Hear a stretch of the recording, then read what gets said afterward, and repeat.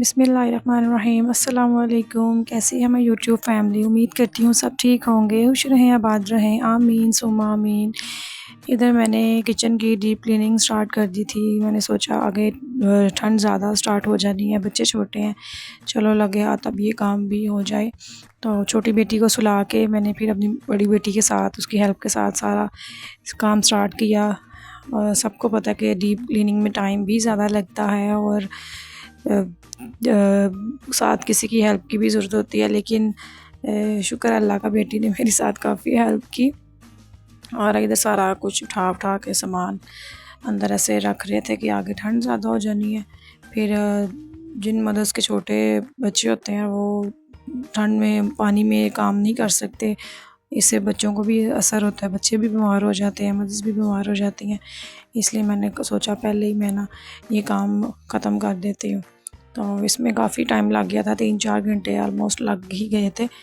और बाद में फिर मैं अकेली भी लगी रही, सारी शेल्फ वगैरह साफ़ की, हर चीज़ इसको क्लियर किया, क्योंकि काफ़ी टाइम से मैंने ना डीप क्लीनिंग नहीं थी की, 3-4 माह से तकरीबन, क्योंकि कुछ मसला हो गया था, मेरी तबीयत मतलब काफ़ी ख़राब हो गई थी और डॉक्टर ने बेड रेस्ट का बोला था, तो इसलिए डीप क्लीनिंग नहीं हो सकी। वैसे मैं डेली बेस पे किचन वगैरह साफ़ करती हूँ, डेली मतलब जब भी किचन में जाना है बार बार किचन को नीट एंड क्लीन रखना है। लेकिन डीप क्लीनिंग के लिए काफ़ी टाइम चाहिए होता है और तबीयत भी ज़्यादा अच्छी होनी चाहिए डीप क्लीनिंग के लिए। तो पर मैंने कहा नहीं, आगे मौसम चेंज होना है, फिर विंटर्स में मसला बनता है, पहले ही करके ना फ्री हो जाते हैं।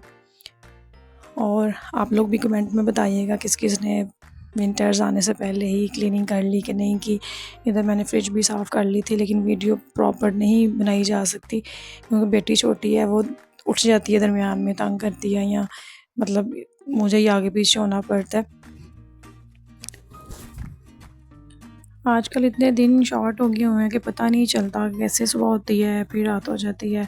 इधर ये क्लीनिंग पूरी हो गई थी, लेकिन प्रॉपर अभी काम नहीं था हुआ, मतलब इनकम्प्लीट था सारा काम। तो इधर अब दिन चढ़ गया था, अपनी बेटी को मैंने स्कूल के लिए उठाया, उसके स्कूल में आज पार्टी थी, तो हर चीज़ इसकी ना बिखरी हुई थी कमरे में, बर्तन और सारा, मतलब कि वैसे इसका यूनिफॉर्म वगैरह तो रात को ही मैं प्रेस कर लेती हूँ, लेकिन हर चीज़ में बिखरी हुई थी, बर्तन वगैरह थे। मैंने सोचा सुबह कर लूँगी और रात मुझे 2-2:30 का टाइम हो गया था, काम करते करते थक गई थी मैं। और छोटी बेटी नहीं मेरे साथ, वो कहती मेरे साथ लेटना मामा ने, तो मैंने सोना, वरना वो उठ जाती है। इधर इसका मैंने इसको ना ड्रेस प्रेस करके दिया, फिर साथ इसका मैंने पार्टी के लिए कही थी, मैंने पैटी बर्गर लेके जाना है और जूस लेके जाना है। इनके स्कूल में ना इस्लामिक स्कूल है, तो जूस ही उन्होंने बोला था लेके आ सकते हैं, कोल्ड ड्रिंक ही बच्चे लेके आ सकते हैं। इधर मैं किचन में आई और मैंने सिलेंडर ऑन किया, गैस आ रही थी, लेकिन ना चूल्हा ज़्यादा अच्छा साफ़, मतलब डीप क्लीनिंग की थी, तो वो गैस नहीं था अभी वो कर रहा, ऑन नहीं था हो रहा। इधर मैंने सिलेंडर उठाया और फटाफट इसको ना पैटी फ्राई करके दी। तब तक मैंने कहा तुम रेडी हो जाओ, और साथ हेल्प वगैरह की उसकी, तो इसको भी मैंने बना के दिया। बस बच्चियाँ हैं, फिर बच्चियाँ जो कहती हैं ना वो करना पड़ता है, बच्चियों की ज़िंदगी आगे का नहीं पता, अल्लाह पाक सारी बच्चियों के नसीब अच्छे करे। तो जो मेरी बेटी कहती है मैं उसको बना देती हूँ, क्योंकि मूडी बच्चे हैं आजकल के, तो रोटी वगैरह इनको कम ही खाते हैं शौक़ से, कभी बर्गर या नगेट्स या स्वीट्स में भी हर चीज़ बाकी खाती है, लेकिन ये चीज़ें आजकल के ऑलमोस्ट बच्चे तकरीबन सब यही पसंद करते हैं। तो इसको मैंने फिर बना दी। इधर इसका लंच बॉक्स रेडी हो गया था। और आपको ना ज़िंदगी में ऐसे इंसानों से, ऐसे रंगीन चेहरों से दूर रहना चाहिए जो आपसे हसद करते हों, या आपके बच्चों से हसद करते हों, या जो खुद कुछ नहीं कर सकते ना वो दूसरों में हमेशा गलतियां निकालते हैं, उनको डिग्रेड करते हैं कि तू कुछ नहीं कर सकता, ये ऐसे है वैसे है, क्योंकि वो खुद कुछ नहीं कर सकते, वो नेगेटिविटी फैलाते हैं और ख़ुद भी नेगेटिव ही होते हैं। ऐसे लोगों से ना हमें दूर रहना चाहिए। ये मेरी बेटी भी छोटी उठ गई थी, साथ वो भी स्कूल छोड़ने चली गई थी। उसके बाद मैंने चीज़ें वगैरह समेटी और लेट गई, क्योंकि उसको भी साथ ही मैंने सुलाना होता है। अब ये सुबह का टाइम था, मैं इधर चीज़ें वगैरह सेट कर रही थी सारी किचन की, कि चलो किचन नीट हो गया, हर चीज़ ओके हो गई, अब विंटर आराम सुकून से गुजरेगा। इधर ना कॉल आ गई मकान मालिक की ना, तो वो मैंने रिसीव की। तो फिर मैंने बात करवाई घर में मर्द की ना, जो है मतलब के कॉल आ रही थी उनकी, तो वो उन्होंने कहा कि आप ना 20 दिन में मकान खाली कर दें, हमें अर्जेंट मतलब आना है। वो आउट ऑफ सिटी रहते हैं जिनका मकान है। तो वो अब मुझे इतना सैड फील मतलब हो रहा था कि मैंने इतनी मेहनत से सारी रात लगा के डीप क्लीनिंग की है और चलो किचन नीट एंड क्लीन हो गया है। पता चोटे बच्चों के साथ बहुत मुश्किल हो जाता है, बच्चे फिर कपड़े गीले कर लेते हैं अपने साथ आके बाहर। तो बार बार मैं अपनी बच्ची को पकड़ के उसके हैंड पाँव वॉश करवा के उसको लिटा रही थी कि गंदे हो जाएंगे पाँव तुम्हारे, और मौसम चेंज हो रहा है, बच्चे आजकल बीमार बहुत हो जाते हैं।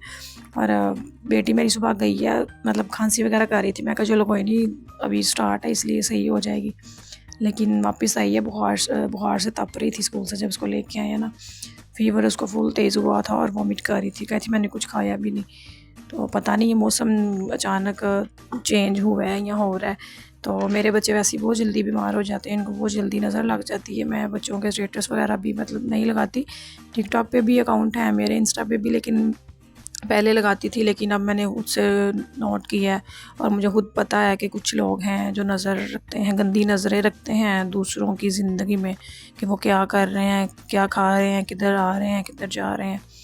तो वो दूसरों की ही ज़िंदगियों में लगे रहते हैं कि इनकी ज़िंदगी में हम इंटरफेयर कर लें, लेकिन मेरी आदत नहीं है, कभी भी मैंने लोगों की ज़िंदगी में इंटरफेयर नहीं की। पर आजकल कुछ लोग ऐसे हैं तो जिनकी आदत ही यही है। इधर मेरा किचन सारा तकरीबन डन हो गया हुआ था, हर चीज़ ओके हो गई थी। कर्टन्स मैंने उतार दिए थे वॉश करने के लिए, लेकिन अब वो नहीं लगाऊंगी, ऐसे ही ज़ाहिर शिफ्टिंग करनी है, फिर फ़ायदा नहीं है लगाने का, ऐसे ही सफाई होती रहेगी। इधर ना मैंने यखनी अपने लिए बनाती हूँ, हर वीक में एक दफ़ा ज़रूर पी लेती हूँ। डॉक्टर ने मुझे बोला हुआ है ये ना हार्मोन्स के लिए भी बेस्ट है, और मुझे एक मसला हो गया था 2 मंथ्स पहले, किसी की हसद की वजह से, या कह लो किसी की नज़र लग गई, या अल्लाह के काम भी, ज़ाहिर है अल्लाह के काम है।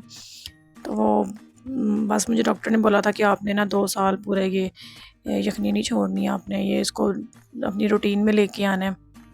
तो इधर बच्चे कहने लगे थे हमें पॉपकॉर्न बना दें। वैसे मैं दूसरे भी सिंपल वाली भी लेके आती हूँ, लेकिन ये जब ग्रोसरी करने जाती हूँ ना मार्केट, तो फिर मैं ये फ्लेवर वाले लेके आती हूँ। ये चीज़ फ्लेवर था, तो नहीं ये वाला ये चीज़ फ्लेवर था। पहले मैं 2 फ्लेवर लेके आई थी, वो बटर वाले थे, वो मज़े के थे। ये फ़र्स्ट टाइम मैंने ट्राई किया था और ये भी तकरीबन सेम ही था टेस्ट, थोड़ा बहुत ही फ़र्क था।